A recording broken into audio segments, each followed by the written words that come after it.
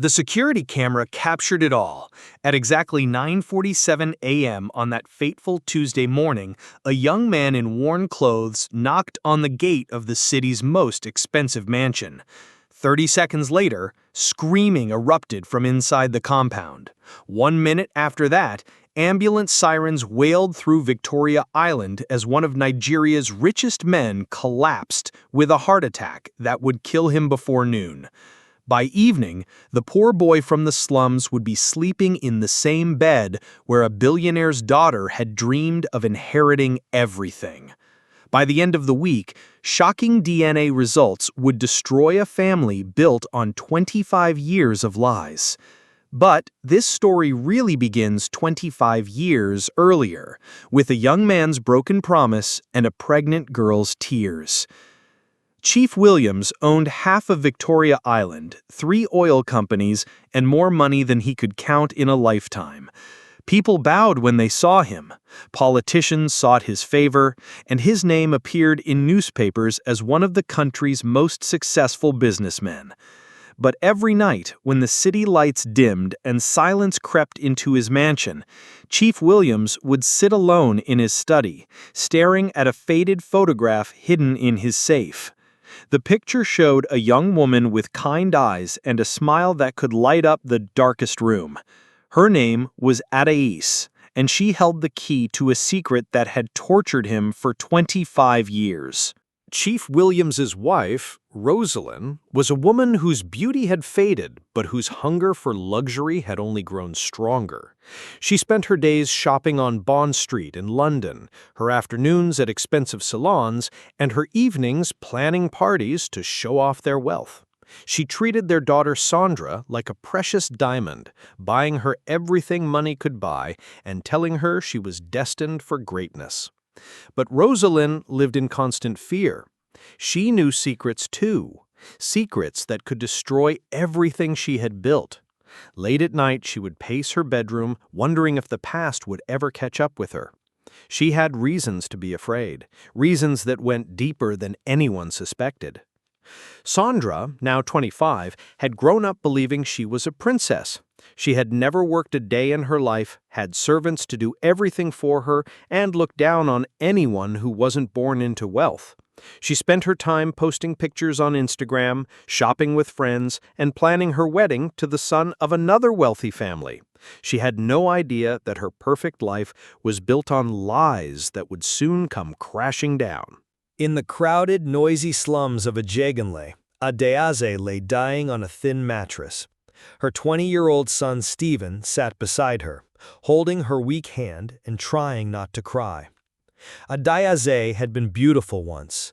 Old neighbors still remembered when she was the most sought-after girl in her village, smart and full of dreams. But life had been cruel to her. She had cleaned offices, washed clothes, and done any honest work to feed her son after the man she loved disappeared from her life. "Stephen," she whispered, her voice barely audible above the noise of the slum, "come closer.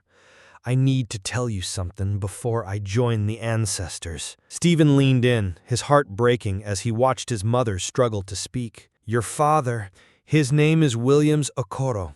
He owns big businesses in Victoria Island. I loved him with all my heart, and he loved me too. We were going to marry." Adaise's eyes filled with tears as she remembered. "I was 17 when I got pregnant with you. William's parents found out and were very angry. They said I was too poor for their son. They sent him to London immediately to study, and I never saw him again." She gripped Stephen's hand tighter. "I tried to find him when you were born. I went to his family's house, but they told me he had married someone else and didn't want to see me. They threw me out like a beggar. I was heartbroken and alone." Stephen felt anger rising in his chest. "Why didn't you try again, Mama? Why didn't you fight for what was right?" Adaize smiled sadly. "I was young and scared, my son. I had no money, no family to support me. William's family was powerful and rich. Who would believe a poor girl like me? So I came to Lagos and raised you alone, always hoping that one day you would know your father." She pulled out an old envelope from under her pillow.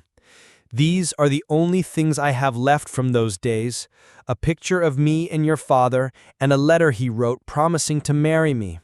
Keep them safe. One day, when you are strong enough, find him. You deserve to know where you came from." 3 days later, Ajegunle died in Stephen's arms. Her last words were, "Promise me you will find your father. Promise me you will claim your place in this world." After his mother's burial, Stephen began the longest journey of his life, the search for his father. With only the old photograph and letter as clues, he started asking questions in the busy markets of Lagos. Most people had heard the name. "Oh yes, very rich man, has big house in Victoria Island, but why you want to know?" they would ask him.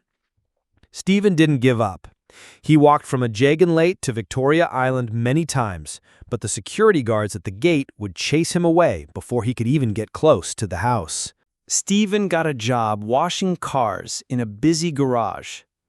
Every day, he would listen to his customers talk about business and rich people, hoping to hear news about Chief Williams. He learned that his father was respected but also feared. People said he was fair in business, but had a sad look in his eyes, like a man carrying heavy burdens. One evening, as Stephen was closing the garage, he overheard two businessmen talking. "Chief Williams is planning to expand his oil business. There will be a big ceremony next month to open his new office." Stephen's heart raced. This was his chance. He used all his savings to buy decent clothes and a phone with internet. For days, he searched online until he found the announcement of the ceremony. There, in a clear photograph on Chief Williams' company website, was his father. Stephen stared at the screen in shock. The resemblance was unmistakable. He had his father's eyes, his nose, his jawline. Anyone who saw them together would know immediately that they were related. But as he looked at other photos on the website, Stephen's heart sank. There were pictures of Chief Williams with his wife Rosalind and daughter Sandra at various social events. They looked like the perfect family, rich, happy, and complete. Where would a poor boy from the slums fit into this picture? Still, Stephen had made a promise to his dying mother. He would find his father no matter what happened next. The day Stephen decided to visit his father's house started like any other morning in the slum. Stephen woke up with a strange feeling in his chest, like something important was about to happen. He dressed in his best clothes, a simple shirt and trousers he had bought for job interviews, and took 2 buses to Victoria Island. The journey from poverty to wealth took an hour, but it felt like traveling to another planet.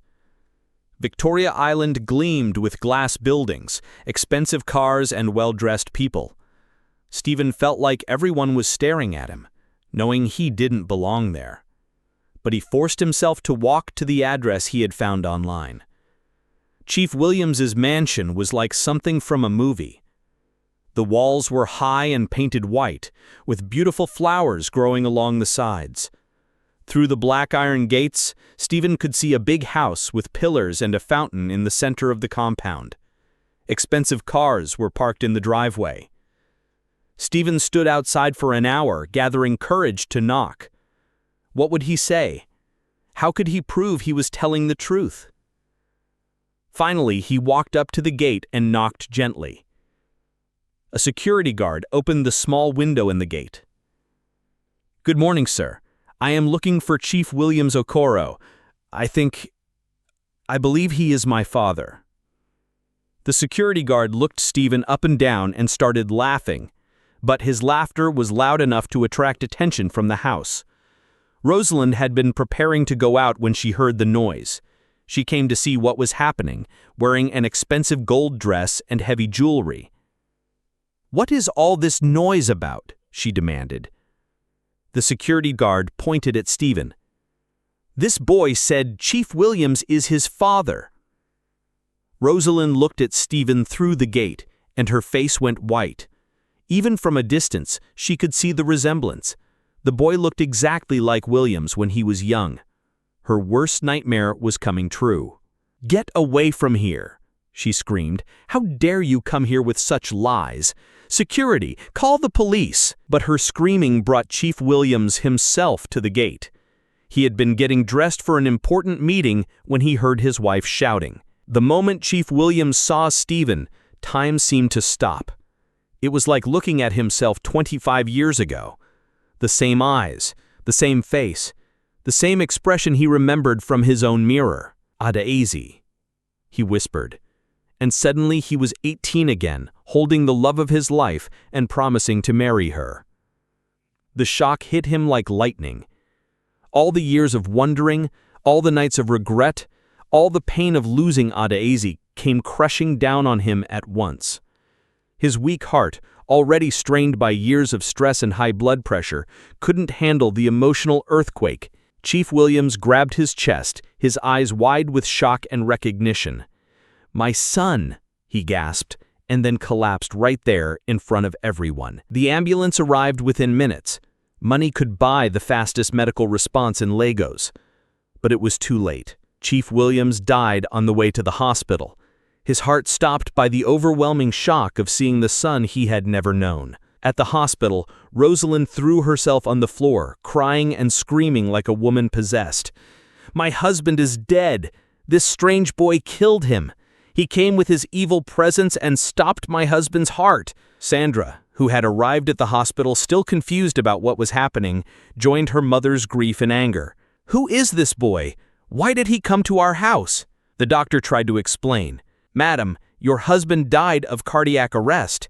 He had a weak heart condition. The shock of this encounter was just too much for him." Rosalind was not listening to medical explanations. In her mind, Stephen was the enemy who had destroyed her perfect life. All her fears about the past catching up with her had come true in the worst way possible. "You killed him," she pointed at Stephen, who stood in the corner of the hospital corridor, too shocked to speak. "My husband was fine until you appeared with your lies." The hospital was full of Chief Williams's friends and business associates who had rushed there when they heard the news. They all looked at Stephen with suspicion and hostility. Who was this poor boy who claimed to be related to one of Lagos's most powerful men? "Madam Rosalind," one of the older businessmen said, "do you want us to call the police? This boy might have come to rob your husband." Rosalind saw an opportunity. "Yes, he must have been planning to rob us. That's why he came with this crazy story about being Williams's son." But before anyone could call the police, a familiar voice spoke from the hospital entrance. "Nobody is calling the police. This young man is telling the truth." Everyone turned to see Barrister Chidi Okafor, Chief Williams's lawyer and oldest friend.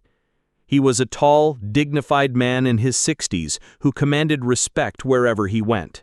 "Barrister, what do you mean?" Rosalind asked, her voice shaking. "I mean that Williams told me about this boy years ago.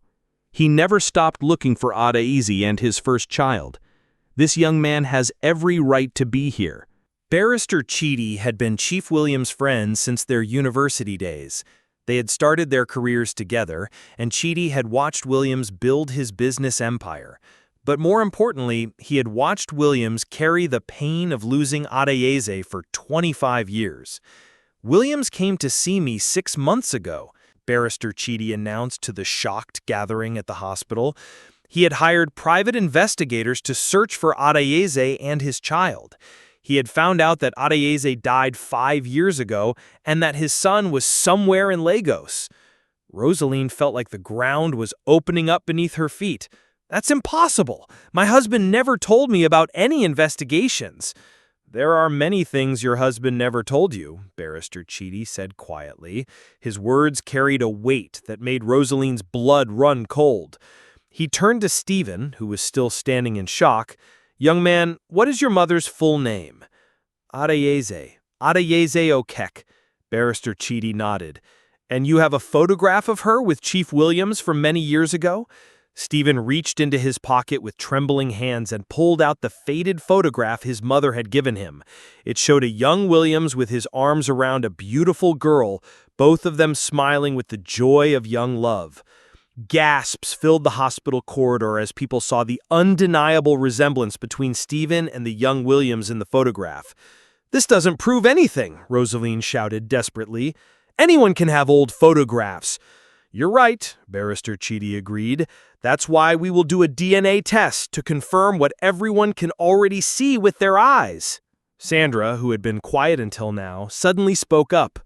"DNA test? But why? Even if he is Daddy's son, he's illegitimate. He has no rights to anything." Barrister Cheedy looked at her with pity.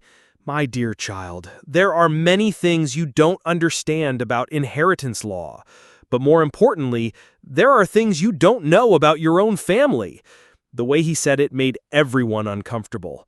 Rosaline grabbed Sandra's arm. "We're going home. We don't need to listen to any more of this nonsense." "Actually," Barrister Cheedy said firmly, "you both need to be present for the reading of your husband's will. The funeral will be held in 3 days, and the will reading will follow immediately after." As they left the hospital, Rosaline's mind was racing. She knew that Barrister Cheedy suspected something. Williams had been acting strangely for months, asking questions about the past, looking at her with suspicious eyes. Had he discovered her secrets? And if so, what had he written in his will? The 3 days between Chief Williams's death and his funeral were the longest of Stephen's life. Rosaline made it clear that while he had to stay in the house for legal reasons, she would make every moment miserable for him. "You killed my husband," she would say every morning when she saw him. "You destroyed my family with your lies." Sandra was even crueler. She seemed to enjoy making Stephen suffer, as if punishing him would somehow bring her father back. "Look at you," she would laugh. "You smell like poverty. You dress like a beggar. And you think you can come into our world and take what belongs to us?" They made Stephen sleep on the floor of the boys' quarters, the small room where the houseboy used to stay. They gave him only leftover food, and sometimes they would forget to feed him at all. When neighbors came to pay condolence visits, Rosaline would introduce Stephen as a disturbed young man who claims to be related to us. But the worst torture was emotional. Rosaline would show Stephen photographs of Chief Williams's life, his wedding to Rosaline, Sandra's birthday parties, family vacations, business achievements. "See this," she would say, pointing at pictures of Chief Williams looking happy with his family. "This was his real life. You were nothing to him, just a mistake from his past that he had forgotten about." Stephen tried to stay strong, remembering his mother's words about patience and dignity. But sometimes, late at night, he would cry silently as he thought about how his father had died before they could even have a single conversation. The only relief came from Barrister Cheedy, who visited daily to check on Stephen and bring him food. "Your father was a good man who made mistakes when he was young, but he never forgot about you and your mother. He spent years trying to find you." "Then why didn't he try harder?" Stephen asked bitterly. "My mother died poor and alone, while he lived in luxury with his new family." Barrister Cheedy looked sad. "Sometimes life is more complicated than it appears. Your father had his reasons for staying away, but he never stopped loving your mother. You will understand everything after the will reading." Chief Williams's funeral was the social event of the year in Lagos. Politicians, business tycoons, traditional rulers, and celebrities all came to pay their respects. The church service was broadcast live on television, and newspapers dedicated full pages to his life and achievements. Rosaline played the role of the grieving widow perfectly. Dressed in the finest black lace and expensive jewelry, she wept dramatically and accepted condolences with dignity. Sandra, equally well-dressed, stood by her mother's side looking like a model from a fashion magazine. Stephen stood at the back of the church, wearing a simple black shirt that Barrister Cheedy had bought for him. People stared at him curiously, whispering among themselves about the strange young man who claimed to be Chief William's son. But those who looked carefully could see the unmistakable family resemblance. Some of Chief William's old friends kept glancing at Stephen with recognition in their eyes. "That boy looks exactly like Williams when we were young," one old businessman whispered to his wife. "Do you think it's true? Do you think Williams had a child we didn't know about?" During the service, the pastor spoke about Chief Williams' generosity, his business success, and his love for family. But Stephen noticed that several speakers mentioned Williams' quote, kind heart and his concern for the less fortunate. It was almost as if they knew something about his character that his immediate family didn't appreciate. After the burial, as guests moved to the reception, Stephen overheard a conversation that made his blood run cold. Two well-dressed men were standing near the parking lot, talking in low voices. "This inheritance matter is going to be very interesting," one said. "I heard Rosaline is planning to contest the will if it doesn't favor her." "She should be careful," he replied. "Williams was smarter than people think. He knew about her affairs and Sandra's real parentage years ago." "You mean Sandra is not Williams's daughter?" "Everyone who knew them in the early days suspected it. Williams married Rosaline because she claimed to be pregnant with his child, but the timing was wrong. The child was probably conceived before Williams came back from London." Stephen felt dizzy. If this was true, it meant that Sandra, who had been tormenting him about being illegitimate, was not even Chief Williams's biological daughter. The morning before the will reading, Barrister Chidi arrived at the house with a sealed envelope. Rosalind, Sandra, and Stephen gathered in the sitting room, all of them nervous about what the DNA results would reveal.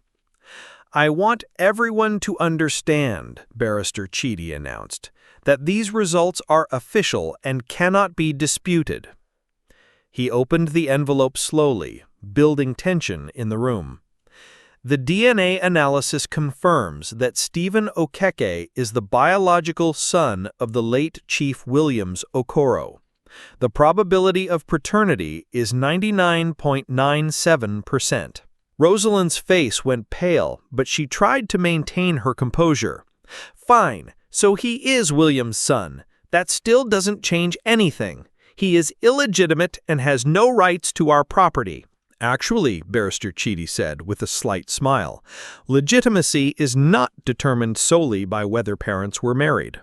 Under Nigerian law, and especially according to your husband's will, biological children have inheritance rights regardless of the circumstances of their birth." Sandra stood up angrily. "This is ridiculous! This boy shows up from nowhere and suddenly he has rights to Daddy's property?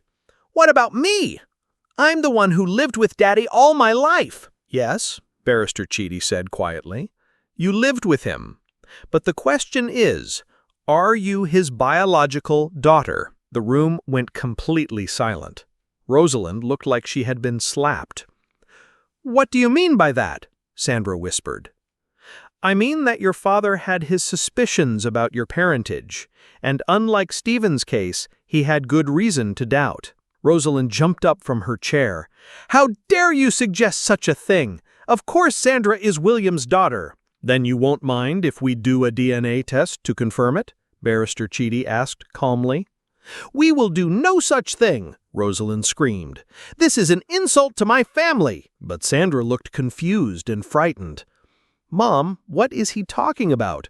Why would Daddy have doubts about me being his daughter?" Rosalind realized she had to act fast to prevent everything from unraveling.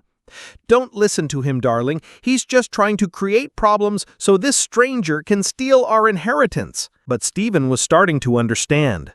All the pieces were falling into place.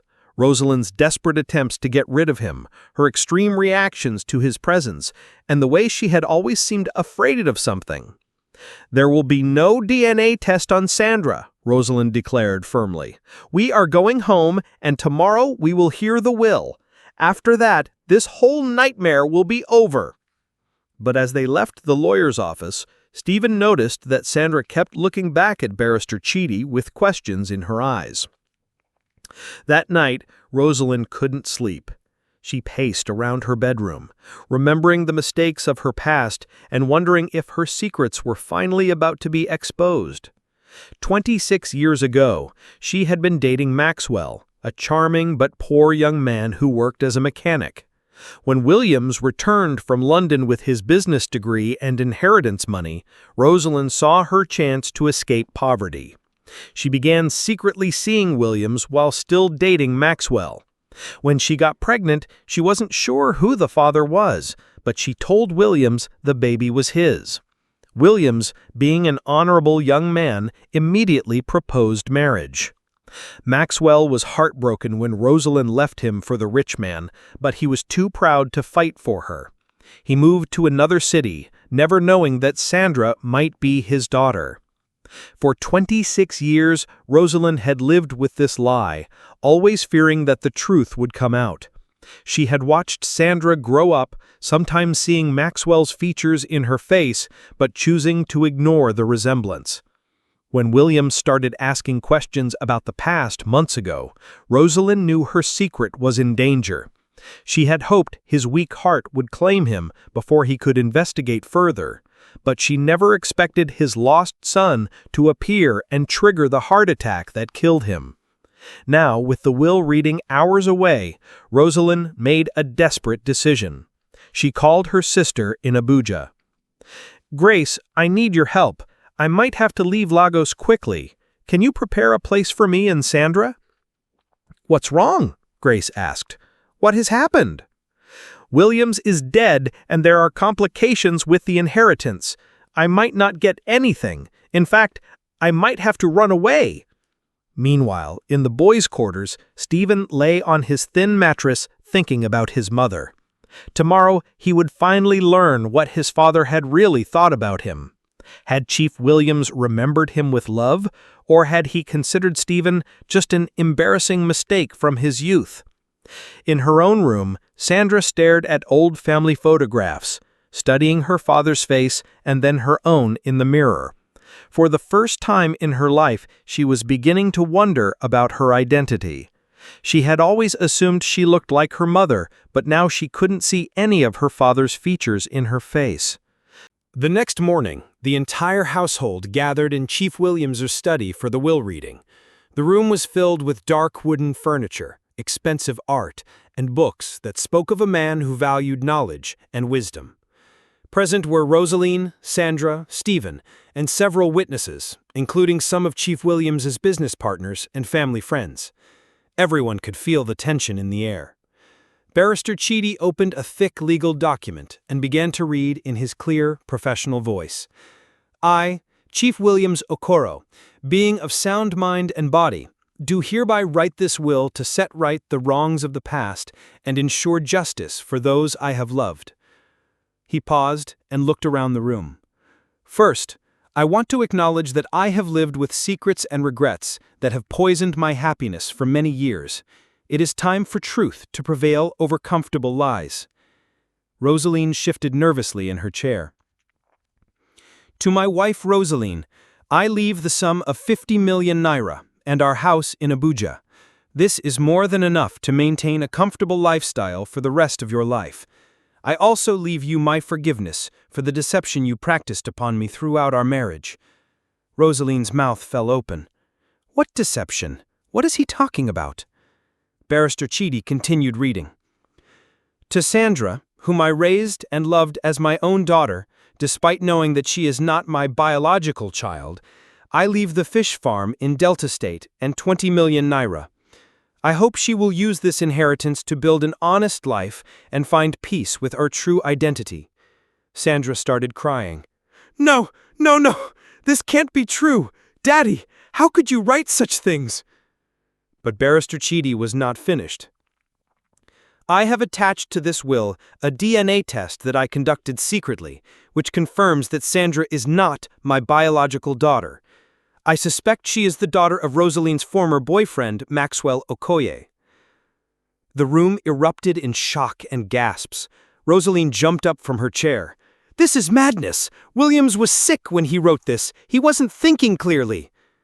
"Actually," Barrister Chidi said calmly, "this will was written and notarized 6 months ago when your husband was in perfect health. There are multiple witnesses to his mental clarity at the time." He turned to a new page and continued reading. "To my son Stephen, whose mother Adaize I loved with all my heart and should have married, I leave the rest of my estate, all my properties in Lagos, my oil companies, my investments, and my remaining cash assets worth approximately 2 billion naira. Stephen felt like he couldn't breathe. 2 billion naira? He had never imagined such wealth existed, let alone that it could belong to him. Furthermore, Barrister Chidi continued, I want to explain to my son why I never came to find him, even though I thought about him every day for 25 years. Barrister Chidi pulled out a sealed envelope. Your father wrote a personal letter to you, Stephen. With your permission, I will read it aloud. Stephen nodded, too shocked to speak. My dear son Stephen, if you are hearing this, it means I am gone, and you have finally come home. I want you to know that not a day passed without me thinking of you and your mother. When I was sent to London by my parents, I wrote letters to Adaize every week for 2 years, but I never received any replies. When I returned to Nigeria, I went to look for her in her village, but her relatives told me she had moved away and didn't want to see me. They said she had married another man and was happy. Rosaline's face was turning red as she realized what was coming next. What I didn't know until much later was that my mother had been intercepting Adaize's letters to me and my letters to her. She was determined to break up our relationship because she thought Adaize was too poor for our family. My mother also paid Adaize's relatives to lie to me about her marrying someone else. For years I believed Adaize had forgotten me and moved on with her life. That's why I eventually married Rosaline. I thought the love of my life was lost forever. It wasn't until 10 years ago that I discovered the truth. My mother, on her deathbed, confessed what she had done. She showed me a box full of letters that Adaize had written to me, begging me to come back to her, telling me about your birth and asking for help when you were young. The room was completely silent except for the sound of Stephen's quiet sobbing. I hired private investigators immediately to find you and Adaize. That's how I learned that Adaize had died 5 years earlier, working as a cleaner to support you. I also learned that she had never married anyone else. She had remained faithful to our love until the day she died. By then, Rosaline had already revealed her true nature to me. I had discovered her affair with Maxwell and realized that Sandra was not my child, but I chose to stay in my marriage because I didn't want to hurt Sandra, who was innocent of her mother's deception. I have spent the last 10 years trying to find you, my son. I wanted to bring you home, to give you the life you deserved, and to honor your mother's memory. I planned to tell you everything when you were found, and to make Rosaline and Sandra accept you as family. If you are hearing this will, it means I died before I could find you, but you found me instead. I'm sorry for all the years we lost, but I am grateful that you finally came home. When Barrister Chidi finished reading the letter, the study was filled with the sound of crying. Stephen was overwhelmed by grief for the father he never knew and the years they had lost due to other people's selfishness. But Rosaline's tears were tears of rage, not sorrow. "This is all lies," she screamed. "Williams was trying to punish me. He was a bitter old man who wanted revenge." "Actually," Barrister Chidi said, pulling out another document, "your husband also left evidence to support everything he wrote. He showed the room a DNA test report dated 6 months earlier. This confirms that Sandra is not Chief Williams' biological daughter." He pulled out another folder, and these are copies of the letters that Adaize wrote to Chief Williams over 20 years ago, which his mother had hidden. You can see the dates and Adaize's desperate pleas for him to come back and meet his son. Finally, he produced a series of photographs. These are surveillance photos that Chief Williams' private investigators took of you, Rosaline, meeting with Maxwell Okoye as recently as last year. Your affair with Sandra's father never really ended, did it? Rosaline's world crumbled completely. Not only was she losing her husband's wealth, but her deepest secrets were being exposed to everyone. "You don't understand," she cried. "I did what I had to do to survive. I was poor and desperate. Williams's family treated me like dirt because I wasn't rich enough for them." "So you decided to trap him with another man's child," Barrister Chidi asked coldly. I loved him, Rosaline protested. Eventually, I really did love him. But you loved his money more, Stephen said quietly. It was the first time he had spoken since the will reading began. Sandra, meanwhile, was having her own emotional breakdown. I don't understand any of this. If Daddy isn't my father, then who am I? What am I supposed to do now? You are still the same person you were yesterday, Barrister Chidi said gently. Your father, Williams, loved you and raised you. That doesn't change. But you also have a biological father who might want to know you. He handed Sandra a piece of paper. This is Maxwell Okoye's current address. He owns a successful auto repair business in Ibadan and has never married. According to our investigation, he still has fond memories of your mother. Rosaline snatched the paper from Sandra's hand. We are not contacting Maxwell. This family has been humiliated enough. But Sandra looked at her mother with new eyes. You lied to everyone, didn't you? You lied to Daddy, you lied to me, and you lied to Maxwell. How many more lies have you told? Before Rosaline could answer, Stephen stood up. He looked around the room at all the expensive furniture and decorations that now belonged to him. Then he looked at Rosaline and Sandra, who had treated him like dirt for the past week. I want you both to pack your things and leave this house today, he said quietly. Rosaline fell to her knees dramatically. Stephen, please! I know we treated you badly, but we were grieving. We didn't understand. Have mercy on us. You want mercy? Stephen asked. The same mercy you showed me when you made me sleep outside like a dog? The same mercy you showed when you told me I smelled like poverty? Sandra joined her mother on the floor, crying, Stephen, I'm sorry. I was wrong. Please don't throw us out with nothing. Stephen looked at them for a long moment, remembering how they had humiliated him, starved him, and made him feel worthless. He had the power now to make them suffer as they had made him suffer. But then he remembered his mother's voice telling him to always choose kindness over revenge, and his father's letter expressing forgiveness even for those who had wronged him. Stand up, he said firmly, both of you. They got to their feet, hope and fear mixing in their eyes. Rosaline, you will leave this house, but I will not send you away with nothing. You have 50 million naira from the will, plus the house in Abuja. That's more money than most people see in a lifetime. Use it wisely and maybe learn to live honestly for once. Rosaline was surprised. She expected him to contest the will to give her even less. And Sandra, Stephen continued, you have 20 million naira and a fish farm. But more than that, you have a chance to find your real father and build an honest relationship with him. Maybe he can teach you things about dignity that you never learned here. Sandra wiped her tears. Why are you being kind to us? We treated you so badly. I thought about his answer carefully, because my mother taught me that how we treat others shows who we are, not who they are. She also taught me that cycles of cruelty only end when someone chooses to break them. He turned to Rosaline. You have 1 week to pack your things and move out of this house. After that, I never want to see you in this house again. This story teaches us that what belongs to you will find its way to you no matter how many people try to keep it from you. Lies might build temporary success, but truth builds lasting prosperity. Lastly, forgiveness doesn't mean forgetting, but it means choosing healing over hatred. If you enjoyed this story, please hit that subscribe button and ring the notification bell.